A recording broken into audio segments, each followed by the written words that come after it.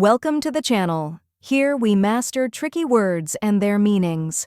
Today we're tackling a word that often confuses English speakers: genre. Many people struggle with its pronunciation, but by the end of this video, you'll say it with confidence. The correct pronunciation is genre. Let's break it down. First we have Jean, which starts with a soft ZH sound, like in measure or treasure. The vowel sound is aan, similar to the French pronunciation of Jean. Next, we have roux, which is soft and quick, like the roux in rubber. Now, let's put it all together. Genre. Try repeating after me. Genre. Now a little faster. Genre. And at full speed. Genre.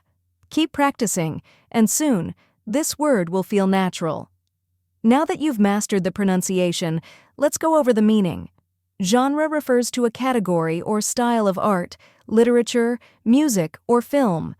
For example, horror, romance, and science fiction are different genres of movies or books.